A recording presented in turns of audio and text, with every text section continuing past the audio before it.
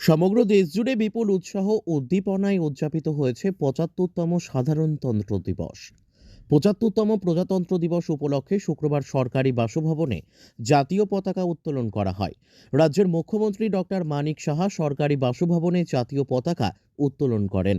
মুখ্যমন্ত্রী সংবাদ প্রতিনিধিদের মুখোমুখি হয়ে ত্রিপুরাবাসী সহ সমগ্র দেশবাসীকে শুভেচ্ছা জানান। প্রধানমন্ত্রী নরেন্দ্র মোদীর নেতৃত্বে যেভাবে আমাদের দেশ এগিয়ে যাচ্ছে, এটা আমাদের কাছে অত্যন্ত গর্বের বিষয়। সমগ্র বিশ্ব এখন ভারতের দিকে তাকিয়ে আছে।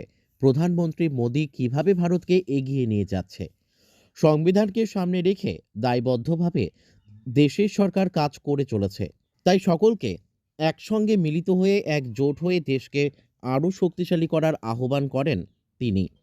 সংবিধানের প্রতি সকলের আরও বেশি দায়বদ্ধ হওয়া দরকার বলেও অভিমত ব্যক্ত করেন তিনি।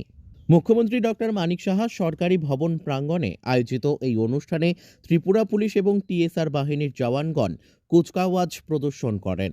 জাতীয় পতাকা উত্তোলনের পর তিনি নিরাপত্তা কর্মীদের কুচকাওয়াজের देखिए, आज 75तम गणतंत्र दिवस और मैं इस अवसर पर मैं त्रिपुरावासी को, पूरा देशवासी को मैं शुभेच्छा देना चाहता हूँ।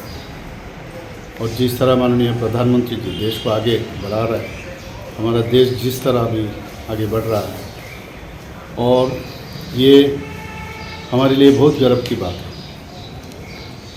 पूरा दुनिया भी भारत को देख रहा है किस तरह माननीय प्रधानमंत्री जी देश को आगे ले जा रहे हैं। और मैं इसीलिए सबको यही कहूँगा, सब एकजुट होके हमारा देश का शक्तिशाली बने और हमारा जो संविधान है उसको हम लोग उसको स्वीकार करें बढ़िया से, और उसको हमेशा उनको माने, और उस संविधान को सामने रखते हुए हर काम हम लोग को करना चाहिए।